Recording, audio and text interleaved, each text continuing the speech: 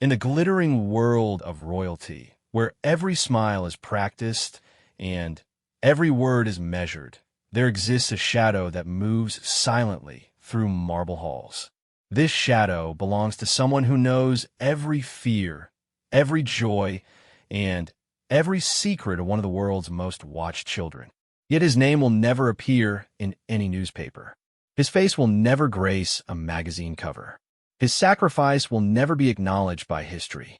This is the extraordinary true story of an unbreakable bond that formed in the most unlikely place, between a princess who must live her life in the spotlight and the man whose job it is to remain invisible.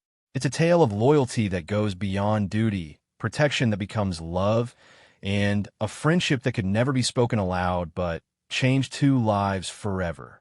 Some bonds are forged in palaces. Others are forged in silence. This is the story of both.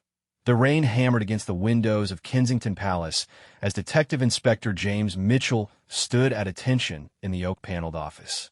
His hands were steady at his sides, but his heart raced like a drum in his chest. 28 years old, unmarried, and with a spotless record in the Metropolitan Police's Specialist Protection Unit, he was about to receive the assignment that would define the rest of his life. "She's just been born," said Commander Harrison, sliding a thin file across the mahogany desk. The older man's face was grave, lines etched deep around his eyes from decades of protecting the royal family. Princess Charlotte Elizabeth Diana, third in line to the throne. James opened the file. Inside was a single photograph, a tiny infant with closed eyes and the faintest wisp of dark hair. She looked impossibly small, impossibly vulnerable. He had protected government ministers, foreign dignitaries, even members of the royal family on public engagements. But this was different. This was a child, a baby who would never know a moment of true privacy, never walk down a street without being watched, never live a normal life. "The assignment is unusual," Commander Harrison continued, his voice dropping to almost a whisper. "You'll be her shadow protection officer, not visible security that will be handled by others during official engagements. Your job is to be invisible, to know where she is at all times, to anticipate threats before they materialize, to be the safety net that no one sees." James studied the photograph again. "How long is the assignment, sir?" "Until she comes of age. 18 years, minimum. Possibly longer if circumstances require." The commander leaned back in his leather chair. "This isn't a career stepping stone, Mitchell. This is your career. Are you prepared for that?" The weight of 18 years pressed down on James's shoulders. 18 years of living in shadows, of having no life of his own, of dedicating every waking moment to someone else's safety. Most people his age were thinking about marriage, buying homes, starting families. He would be thinking about escape routes and threat assessments. "Yes, sir," he said without hesitation. The next morning, James walked through the private corridors of Kensington Palace for the first time. The walls were lined with portraits of previous royals, their painted eyes seeming to follow him as he made his way to the nursery wing. His footsteps were silent on the thick carpet, a skill he'd learned in the army before joining the police force. The nursery was a world of soft pastels and gentle light. Princess Charlotte lay sleeping in an ornate crib that probably cost more than James's annual salary. She was even tinier in person, her little fists curled against her cheeks. A nanny sat nearby, reading quietly, but James's attention was entirely on the baby. This was his charge. This sleeping infant was now the center of his universe. He positioned himself in the corner of the room, becoming part of the furniture, part of the background. The nanny barely glanced at him. She'd been briefed about his presence, but told to ignore him completely. In the royal household, invisibility was a practiced art. Days turned into weeks as James learned the rhythms of royal life. He discovered that Princess Charlotte was a fussy sleeper who could only be calmed by a particular lullaby hummed in a low voice. He noticed that she turned her head toward the window when birds sang in the garden. He memorized every person who entered her presence, cataloging their movements, their intentions, their potential as threats. But more than that, he found himself genuinely caring about her well-being in a way that went beyond professional duty. When she cried, he felt an urge to comfort her. When she smiled, those first precious baby smiles that appeared around 6 weeks, he felt something warm expand in his chest. The other protection officers thought he was mad to take such an assignment. Babysitting duty, they called it behind his back. They didn't understand that protecting a child required different skills entirely. Adults could run, could hide, could fight back. A baby was pure vulnerability wrapped in silk and satin. James began to develop an almost supernatural awareness of Princess Charlotte's needs and moods. He could tell by the set of her shoulders when she was about to cry. He knew which toys would distract her when she became fussy. He learned to read the subtle signs of distress that others missed entirely. The first real test of his abilities came when Princess Charlotte was 4 months old. The family was attending a small private christening at St. James's Chapel. James was positioned in the shadows of the ancient stone building, watching everything through carefully trained eyes. The service was proceeding normally when he noticed something that made his blood run cold. One of the photographers in the media pen was holding his camera strangely, his attention not on the ceremony, but on the exits. His positioning was all wrong, too close to the royal family, too focused on movement rather than pictures. James spoke quietly into his concealed microphone. Possible threat in media section. Northwest corner. Male, dark coat, telephoto lens. Within seconds, other protection officers were moving subtly through the crowd. The suspicious photographer was approached and quietly escorted away. Later investigation revealed he was a private investigator hired by a tabloid newspaper, attempting to get unauthorized close-up photographs of the infant princess. Nothing dramatic happened. No one except the security team even noticed the brief commotion. But Princess Charlotte remained safe, the service continued peacefully, and James felt the deep satisfaction that came from a job well done. That night, as he filed his report, James realized something had changed inside him. This wasn't just an assignment anymore. He wasn't just protecting a royal baby. He was protecting Charlotte. She had become real to him, precious to him, in a way that both surprised and concerned him. Professional detachment was crucial in protection work. Getting emotionally involved could cloud judgment, could lead to mistakes. But as he watched Princess Charlotte sleep that night, her tiny hand wrapped around a stuffed rabbit, James knew it was already too late. She had claimed a piece of his heart, and he would guard both her life and that piece of himself with equal dedication. The months continued to pass in a careful routine of vigilance and care. James learned every inch of every building Princess Charlotte entered. He memorized the faces of everyone in her regular environment. He practiced emergency evacuation procedures until they became second nature. He studied threat assessment reports and security briefings with the dedication of a scholar. But he also learned softer things. He discovered that Princess Charlotte loved the sound of rain against windows. He noticed that she giggled when shadows danced on the nursery wall. He saw her first attempts to roll over, her first successful grab of a toy, her first taste of solid food that left her making adorable, confused faces. By her first birthday, James had been her constant shadow for 12 months. He had never taken a vacation, rarely slept more than 4 hours at a time, and had no personal life to speak of. His fellow officers worried about burnout, about the toll such intensive protection duty was taking on him.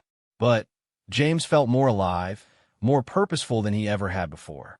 He had found his calling in the most unexpected place, in a gentle breathing of a sleeping child, in the responsibility of keeping her safe from a world that would always want more from her than it should. As Princess Charlotte blew out the single candle on her first birthday cake with help from her mother, James stood in his usual position near the wall, watching everything and everyone. She had grown from that tiny infant in the hospital photograph into a bright, curious toddler who was beginning to explore her world with fearless determination. And James would be there for every step of that exploration, every moment of that growth. He was more than her protector now, though she would never know it, and he could never acknowledge it. He had become the most devoted guardian any child could ever have. The bond between them was already forming, invisible threads of trust and protection that would only grow stronger with time. She was beginning to notice him now, this quiet man who was always nearby, always watching. Sometimes she would look directly at him and smile, and James would feel his heart do something complicated in his chest. This was only the beginning of their story. 17 more years stretched ahead of them, years that would test both his dedication and his ability to remain the invisible guardian she needed. But as he watched Princess Charlotte take her first wobbly steps around the birthday party, James knew he was exactly where he belonged. The little girl who would one day be queen had chosen her protector, just as surely as he had chosen to protect her. Neither of them understood it yet, but they were already bound together by something stronger than duty, deeper than professional obligation. They were bound by the kind of love that asks for nothing and gives everything. The love of a guardian for his charge, and somewhere in the deepest part of a child's heart, the love of a little girl for the shadow who kept her safe. Princess Charlotte's third birthday arrived with the fanfare that always accompanied royal celebrations. But for James Mitchell, it marked something more personal. 1,000 days of constant vigilance, 1,000 nights of restless sleep, and 1,000 small moments that had woven themselves into the fabric of his existence. She was no longer the helpless infant he had first been assigned to protect. At 3 years old, Princess Charlotte was a whirlwind of energy and curiosity, with an infectious laugh that could brighten even the most formal palace corridors. She had developed distinct preferences: strawberry jam over raspberry, picture books about animals over fairy tales, and an inexplicable fascination with the way light reflected off the crystal chandeliers in the drawing room. James knew all of these preferences by heart, just as he knew the exact sound of her footsteps on marble floors, the particular way she hummed when she was content, and the subtle shift in her posture when she was about to attempt something mildly dangerous. He had become a student of Charlotte in ways that went far beyond his professional training. The challenge of protecting a mobile, curious toddler was exponentially more complex than guarding an infant. Where once he could position himself strategically while she slept or played quietly, now he had to anticipate her movements through gardens, up staircases, and into rooms that seemed designed specifically to harbor potential hazards for small children. Kensington Palace, for all its grandeur, was not built with toddler safety in mind. Ancient staircases with ornate but widely spaced balusters, priceless vases positioned at exactly the height of curious small hands, and countless rooms filled with furniture that featured sharp corners and delicate edges. James found himself conducting his own private safety assessments of every space Charlotte entered, mentally cataloging risks and calculating response times for various emergency scenarios. But perhaps the greatest challenge was maintaining his invisible status while she became increasingly aware of his presence. Charlotte had begun to notice the quiet man who seemed to be in every room she entered. At first, her awareness was simple: a glance in his direction, a small wave when she thought no one was looking. James had been trained never to acknowledge such gestures, to remain part of the background no matter what happened. The protocol was clear: protection officers assigned to children should maintain absolute professional distance. No interaction unless absolutely necessary for safety. No acknowledgement of the child's attempts at communication. No development of personal relationships that could compromise objectivity or effectiveness. But Charlotte was making the protocol increasingly difficult to maintain. It started with small things.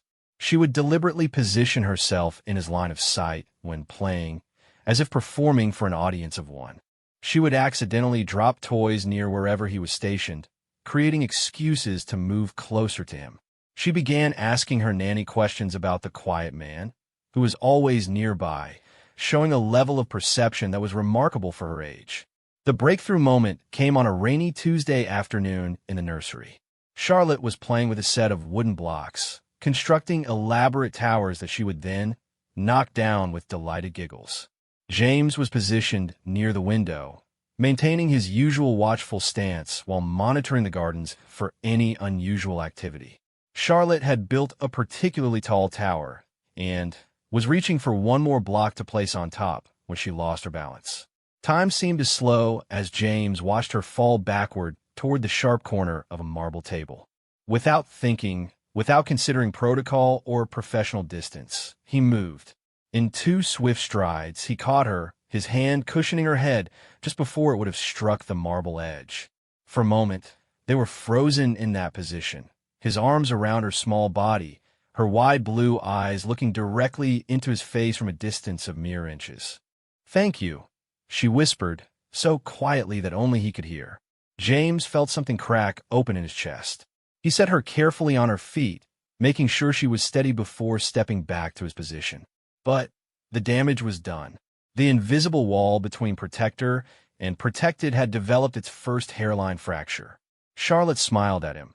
Not the polite royal smile she was already learning to use with strangers, but a genuine expression of trust and affection. Then, she went back to her blocks, as if nothing had happened. But James noticed that she glanced his way more frequently for the rest of the afternoon, as if confirming he was still there. That night, as he wrote his daily report, James struggled with how to document the incident. The save had been clean, professional, necessary. But the moment of connection afterward was something outside the boundaries of standard protection protocols. He ultimately described it simply: prevented minor injury to the subject during play activities. The personal impact remained unrecorded. As Charlotte grew older, her awareness of James's presence evolved into something more sophisticated. She seemed to understand instinctively that their relationship existed in a space outside normal social rules. She never tried to include him in activities with others or spoke to him when adults were present.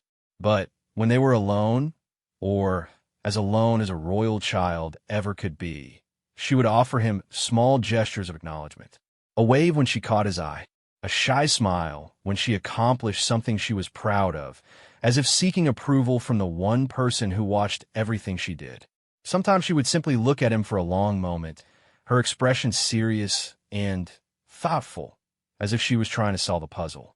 James found himself looking forward to these moments more than he should have. They were brief interruptions in the careful professional distance he maintained, tiny windows of genuine human connection in a life that had become entirely dedicated to duty. The royal family's schedule meant constant travel, and each new environment brought fresh security challenges. Whether they were visiting other royal residences, attending official engagements, or taking private vacations, James had to adapt his protection strategies to unfamiliar surroundings while maintaining his invisible presence. During a summer stay at Balmoral Castle in Scotland, James faced one of his most difficult assignments yet. The sprawling Highland estate offered countless opportunities for a curious 4-year-old to wander into danger. Ancient woods, rushing streams, steep hillsides, and the ever-present possibility of getting lost in the vast landscape. Charlotte loved Balmoral with the pure joy that children reserve for places where they can run freely. She would spend hours exploring the gardens, chasing butterflies through the heather, and collecting smooth stones from the stream beds. James shadowed her every movement, maintaining visual contact while staying far enough away to preserve the illusion of privacy. One afternoon, Charlotte discovered a family of red deer grazing in a meadow beyond the formal gardens. Enchanted by the graceful animals, she began walking slowly toward them, apparently oblivious to the fact that she was moving steadily away from the castle and deeper into the wilderness. James followed at a distance, constantly calculating distances and escape routes. The deer were harmless enough, but the terrain was uneven, and Charlotte's attention was entirely focused on the animals rather than where she was placing her feet. When she stumbled on a hidden route and fell hard on her hands and knees, James made a decision that went against every protocol he'd been taught. Instead of maintaining his distance and allowing the nanny to provide comfort when they caught up, he approached her directly. Charlotte was crying, not from serious injury, but from a shock of the fall and the sting of scraped palms. James knelt beside her, pulling a clean handkerchief from his pocket to gently clean the dirt from her hands. "Brave girls don't cry over little scratches," he said quietly, his voice gentle but matter of fact. "But they do make sure to clean wounds properly, so they heal well. Charlotte sniffled and looked at him with wide eyes. Are you allowed to talk to me? The question hit James like a physical blow. This intelligent, perceptive child had clearly been wondering about the rules that govern their strange relationship. He realized that his protocol-driven distance might have been causing her confusion or even distress. I'm allowed to help when you need help, he said carefully. That's my job. What's your name? She asked, extending her hand so he could continue cleaning the scrape. James, he replied before he could stop himself. I'm Charlotte, she said solemnly, as if he might not have known. I know, James said, unable to suppress a small smile. I've known who you are for a very long time. How long? Since you were a very tiny baby, smaller than your favorite doll. Charlotte's eyes widened with wonder. Really? You've been watching me for that long? Every day, James confirmed, applying a small bandage to her palm. Making sure you're safe and happy. Like a guardian angel? The comparison made James's chest tight with unexpected emotion. Something like that. By the time the nanny caught up with them, Charlotte's tears had dried, and James had resumed his professional distance. But something fundamental had changed between them. Charlotte now knew his name, knew his purpose, and knew that he had been a constant presence in her life since birth. More importantly, she seemed to understand that their relationship was special and secret, requiring discretion and care. She never mentioned their conversation to anyone else, never tried to force interactions when others were present, but the quality of her awareness of him shifted from curious to grateful. As Charlotte's 5th birthday approached, James had to confront a reality that his superiors had begun to notice. His attachment to his subject had grown beyond the bounds of professional objectivity. During a routine evaluation, Commander Harrison expressed concerns about James's ability to maintain the emotional distance necessary for effective protection work. You've been on this assignment for 5 years, Mitchell, the commander said during a private meeting. That's longer than most officers can handle child protection without experiencing some degree of emotional involvement. Perhaps it's time to consider rotation to a different posting. The suggestion hit James like a punch to the gut. The idea of leaving Charlotte, of allowing someone else to take over her protection, felt not just wrong, but impossible. She trusted him. She knew him. He understood her patterns, her needs, her vulnerabilities better than anyone else ever could. With respect, sir, James replied carefully, I believe continuity of protection is crucial for the subject's sense of security. A change in personnel at this stage could be disruptive to her development and potentially compromise her safety.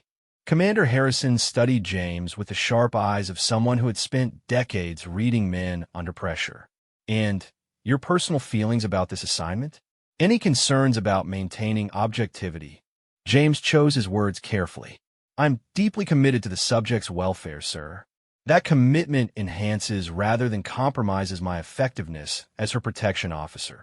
It was a diplomatic way of saying that he loved Charlotte like his own daughter and would continue protecting her until his dying breath if necessary. Commander Harrison seemed to understand the subtext.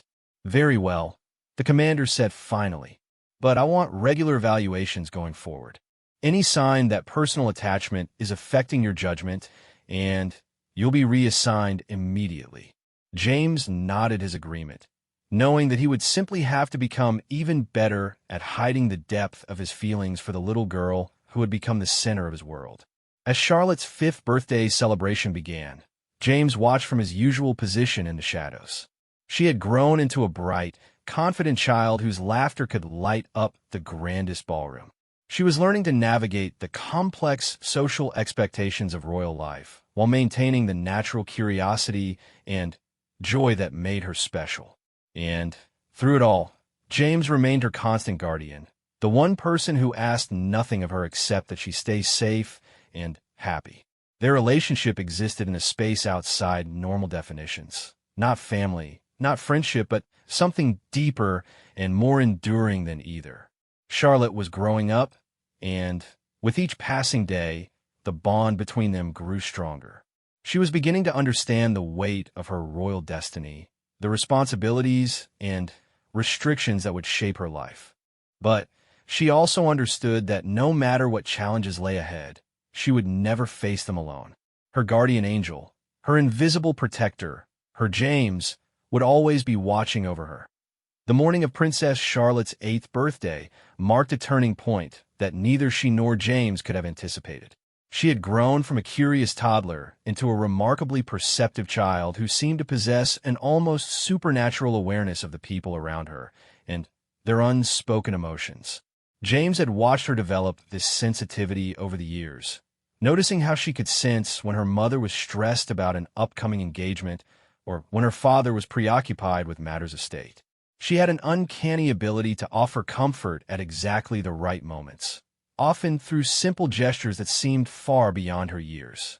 This morning, however, her perceptiveness would be directed at him in a way that would challenge everything he thought he knew about maintaining professional boundaries. The birthday celebration was to be a small, private affair in the gardens of Kensington Palace. Family members, a few close friends, and the usual complement of staff would gather for cake and games under the ancient oak trees. James had positioned himself with clear sight lines to all access points, mentally cataloging potential risks and escape routes as he had done thousands of times before. Charlotte looked radiant in a pale blue dress that matched her eyes, her dark hair caught back with a ribbon that kept slipping as she moved. She was laughing at something her younger brother had said when she suddenly stopped mid-giggle and looked directly at James with an expression of concern that caught him off guard. She excused herself from the group and walked purposefully toward where he stood, her small face serious with determination. James felt his pulse quicken. Direct approaches during public gatherings were highly unusual and potentially problematic. "James," she said quietly when she reached him, using the name she had learned years ago during their moment by the deer meadow. "Are you sad today?" The question hit him like a physical blow. He had been sad, actually profoundly sad in a way that he had been trying to suppress for weeks. Today marked exactly 8 years since he had begun this assignment. 8 years since he had last had a normal conversation with a friend, a romantic relationship, or any semblance of a personal life. While watching Charlotte grow and flourish brought him deep satisfaction, the isolation of his position had begun to weigh on him more heavily than usual. "I'm fine, Your Highness," he replied formally, using her title as he did when others might overhear. "Please return to your party." But Charlotte didn't move. Instead, she stepped closer, lowering her voice to a whisper. "You have the same look my mummy gets when she's missing someone. Is there someone you miss?" The accuracy of her observation was startling. James found himself looking into the eyes of a child who had somehow developed the emotional intelligence of someone much older, perhaps as a result of growing up surrounded by adults who constantly monitored and managed their own feelings. Sometimes, he admitted, the truth slipping out before he could stop it. "But my job is to be here with you, and that's what matters." Charlotte nodded gravely, as if she understood far more about the sacrifices he had made than any 8-year-old should. "Would you like to know a secret?" James glanced around quickly, ensuring they weren't being observed too closely. "What kind of secret?" "Sometimes I pretend you're my special uncle," Charlotte whispered, her cheeks flushing slightly. "The kind who knows everything about me and always keeps me safe. I know you're not really, but it makes me feel better to pretend." James felt something break open in his chest, a dam that had been holding back years of carefully controlled emotion. The revelation that this remarkable child had been constructing her own narrative to make sense of their unusual relationship touched him more deeply than anything had in years.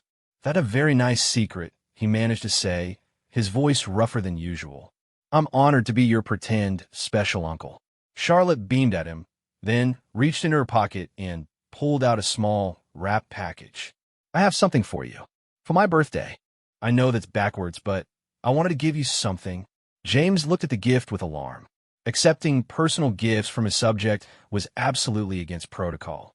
It could be seen as evidence of inappropriate familiarity, grounds for immediate reassignment, or worse.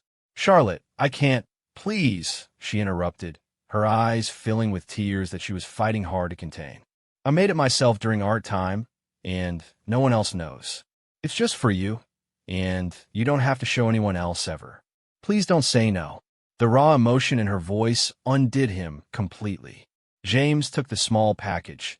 Noting how carefully it had been wrapped in paper, she had obviously decorated herself with crayons and stickers. "Thank you," he said quietly. "I'll treasure it." "Open it later," Charlotte whispered urgently, "when you're alone." "And James? Thank you for taking care of me every day. I know it's your job, but I want you to know that I notice, and I'm grateful." Then she was gone, skipping back to her party as if nothing had happened, leaving James standing with a homemade gift in his hands and a heart that felt too large for his chest. That evening, alone in his small apartment near the palace, James carefully unwrapped Charlotte's gift. Inside was a small clay figure that she had clearly made in her art class, a rough but recognizable representation of a man in a suit. Around the base, she had written in her careful 8-year-old handwriting, "My guardian angel James." James stared at the little figure for a long time, overwhelmed by the love and thoughtfulness that had gone into its creation. This child, who could have anything in the world, had chosen to make something special for the man who was supposed to be invisible to her. He placed the figure on his bedside table, where he could see it first thing each morning and last thing each night. It became his most precious possession, a tangible reminder of the bond that had grown between them despite all protocols and professional boundaries. As Charlotte entered her 9th year, their relationship continued to deepen in ways that were both beautiful and troubling. She had learned to read his moods with uncanny accuracy, offering small gestures of comfort when she sensed he was having a difficult day, a smile when she caught his eye, a deliberate movement to a spot where she knew he could see her more clearly. Sometimes, when she was supposed to be napping, she would position herself where she could watch him working, as if his presence was as comforting to her as hers was to him. The challenge of maintaining professional objectivity became increasingly difficult as Charlotte's personality continued to develop. She was brilliant, funny, incredibly kind, and possessed a sense of justice that often put her at odds with the more rigid aspects of royal protocol. She would slip extra treats to the palace dogs when she thought no one was looking. She remembered the names and personal details of every staff member she encountered regularly. She had a particular gift for making people feel seen and valued, a quality that would serve her well in her future role, but that made maintaining emotional distance from her nearly impossible. During a family vacation to the Mediterranean, James faced his greatest professional challenge yet. The royal family was staying on a private yacht, and the confined space made his usual invisible protection strategies much more difficult. Every movement had to be carefully choreographed to avoid drawing attention while ensuring Charlotte's safety in an environment surrounded by water. On the 3rd day of the trip, Charlotte discovered a small, injured seabird on the deck. The bird had apparently flown into one of the yacht's windows and was lying stunned but alive. Without hesitation, Charlotte gently picked up the bird and began looking around for help. "James," she called softly, knowing he would be nearby even though she couldn't see him. "I need help with something important." James emerged from the shadows where he had been monitoring the horizon for potential security threats. Charlotte held the bird carefully in her small hands, her face filled with concern. "We have to help him," she said urgently. "He's hurt and probably scared." For the next hour, James found himself assisting Charlotte in creating a makeshift bird hospital in a quiet corner of the deck. They found a small box, lined it with soft towels, and provided water and some breadcrumbs. Charlotte talked to the bird in a gentle voice, explaining that they were going to take care of him until he felt better. "How do you know so much about birds?" James asked as they worked together. "I read about them," Charlotte replied matter-of-factly. "I read about lots of things. I figure if I'm going to be queen someday, I should know about everything, even how to help herd animals." The simple statement revealed the weight that this 9-year-old child was already carrying. She was preparing herself for a role that most adults would find overwhelming, driven by a sense of duty and responsibility that was remarkable for her age. "You'll be an extraordinary queen," James said without thinking. Charlotte looked up at him with surprise. "Do you really think so?" "I know so," James replied firmly. "I've watched you every day for 9 years. I've seen how you treat people, how you think about problems, how much you care about doing the right thing. Your future subjects are very lucky." Charlotte's eyes filled with tears, but she was smiling. "That might be the nicest thing anyone has ever said to me." They sat in comfortable silence, watching over the injured bird together. Eventually, Charlotte fell asleep beside the makeshift bird hospital, her head tilted against James's shoulder. He remained perfectly still, unwilling to disturb her rest, even as his arm began to cramp and the sun grew hot overhead. When Charlotte woke up an hour later, the bird was standing upright in its box, apparently fully recovered. She opened the box carefully, and the seabird immediately took flight, circling the yacht once before disappearing into the blue sky. "We did it," Charlotte said with satisfaction. "We saved him." "You saved him," James corrected. "I just helped." "We're a good team," Charlotte said simply, and James felt his heart constrict with a mixture of love and sorrow. They were a good team, perhaps the best partnership he had ever been part of. But it was a partnership that existed outside normal definitions, constrained by protocols and expectations that grew more complicated as Charlotte grew older and more aware of the world around her. As they prepared to return to England, James realized that Charlotte was approaching an age where their relationship would face new challenges. She was beginning to ask questions about why he had no family of his own, why he never seemed to leave the palace for personal reasons, why he had dedicated his entire life to watching over her. These were questions that James was not equipped to answer, not because he didn't know the answers, but because the truth was too complicated, too layered with emotion and sacrifice that a child shouldn't have to understand. The bond between them had grown into something beautiful and profound, a connection based on trust, understanding, and genuine affection that transcended the formal boundaries of protector and protected. But it was also a relationship that would be increasingly difficult to maintain as Charlotte grew into adolescence and began to understand more about the adult world and its complexities. James looked at the clay figure on his bedside table each night and wondered how much longer he could continue to be Charlotte's guardian angel without losing himself completely in the role. The girl who had started as his professional assignment had become the most important person in his world, and he was beginning to understand that letting her go, when the time came, might be the most difficult thing he would ever have to do. But that time was still years away, and for now, he was content to continue being her invisible protector, her secret friend, her guardian angel who watched over her every moment and loved her more than she would ever know.